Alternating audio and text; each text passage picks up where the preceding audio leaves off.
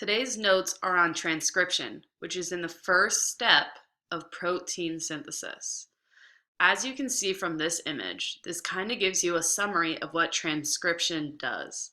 You can see we start with a DNA molecule.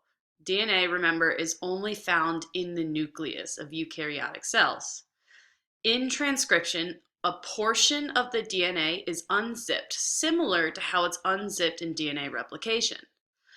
And an enzyme comes and pairs up free-floating mRNA nucleotides and matches them up with the DNA strand. You'll see it's only single-stranded. And this single strand of RNA is the code for the proteins that are going to be built. So the definition for transcription would be creating a single strand of RNA from DNA. And the purpose is because that RNA can carry the information found in the DNA out of the cell. Because remember, DNA is only found in the nucleus. It cannot leave. However, RNA can leave.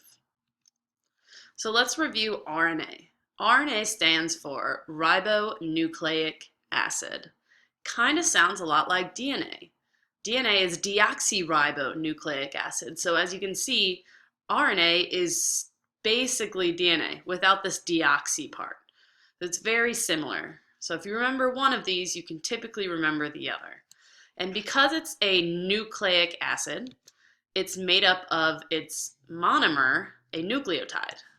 And what we learned a few classes ago is that nucleotides are made up of three things. It's made up of a phosphate, it's made up of a sugar, it's also made up of nitrogen bases, just like the DNA nucleotides are. However, the sugar for DNA is deoxyribose, while the sugar for RNA is ribose.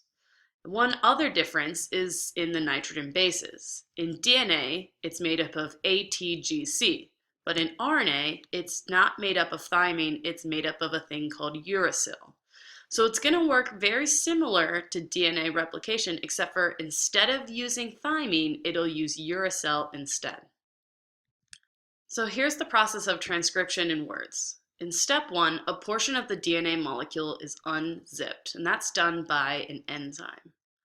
In step two, the free-floating RNA nucleotides use one strand of DNA to find their complementary base pairs. So AU, CG. In step three, messenger RNA, or mRNA, leaves the nucleus and carries the instructions of the DNA out into the cell. And then in step four, DNA reforms the double helix structure, so it becomes that double-stranded twisted ladder again. So the main purpose of transcription is to create the mRNA, the messenger RNA. That mRNA is carrying the message of the DNA out of the cell in order to make that protein. So here we have another image. We have a DNA strand here.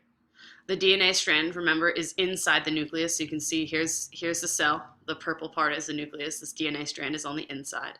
This line right here is representing the nucleus. So even though this looks like it's outside of the cell, this is just a bigger version of what we see in here. So we have a double-stranded helix here, the DNA molecule, and you can see it's unzipped. Only a small portion of it is unzipped. And this mRNA is being formed here based off of one strand of DNA. You'll see the C and G's all match up. The thymines become adenines. However, the adenines become uracil. They do not become thymine. That's the only difference between DNA and RNA in this section. And then you'll see the RNA is able to leave the nucleus because it's able to fit in these small pores that we call nuclear membrane, the pores of the nuclear membrane. It's small enough to fit through. The DNA is too big to fit through. So the mRNA is going to carry that code out into the cell and find a ribosome. DNA is very long and cumbersome. The strands of DNA also code for many different proteins. To get the code for the desired protein from the nucleus to the ribosomes in the cytoplasm, a copy of the small necessary section of DNA will be made. The copying process is called transcription, and it occurs in the nucleus. It's the first step in protein synthesis, the process of making protein. The second step is called translation. A portion of the DNA is unzipped so that the mRNA can be made from the DNA like a template. That's transcription. Nucleotides of RNA match with one strand of DNA and make mRNA. RNA polymerase unzips the DNA and puts RNA nucleotides into the right place. C and G nucleotides match up, A and T nucleotides match up, but anytime the RNA places a complement to an A on the DNA, it places a U instead of a T in the RNA. Remember, RNA uses uracil instead of thymine. So, if the DNA strand looked like this, the complementary mRNA strand would be the complement, but each time there would normally be a thymine, there's a uracil in its place. The mRNA also doesn't copy the entire strand of DNA. It only copies the portion of DNA that codes for the protein it wants at the time. In fact, most of DNA doesn't code for anything. Only about 2% of it codes for protein. So the small section of coding DNA has a start and stop signal. After the mRNA is formed, it moves out of the nucleus through a nuclear pore and goes into the cytoplasm. So let's do a little practice here. DNA is going to be black and RNA is going to be blue. In DNA replication, if I were to give you this DNA strand of A, C, G, T, C, T, you would be able to tell me what the complementary DNA strand would be. Again, this is DNA replication. So A and T's pair up, right? And C and G's pair up. So what I would like you to do is in the summary section, instead of writing a summary, I want you to copy down these two strands just as you see them here without the question marks. And instead, I want you to fill in what the DNA strand would be in this section. But let me tell you how to do the RNA first. So if you have a strand A, T, C, G, T, A, when you're making an RNA, specifically an mRNA, from the nucleus, remember C and G's are always going to pair together, just as we saw them before.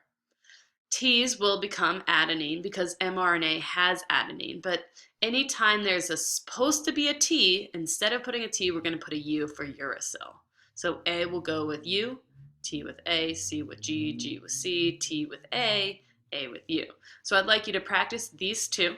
Remember, the top one is DNA replication, so we're making another DNA strand.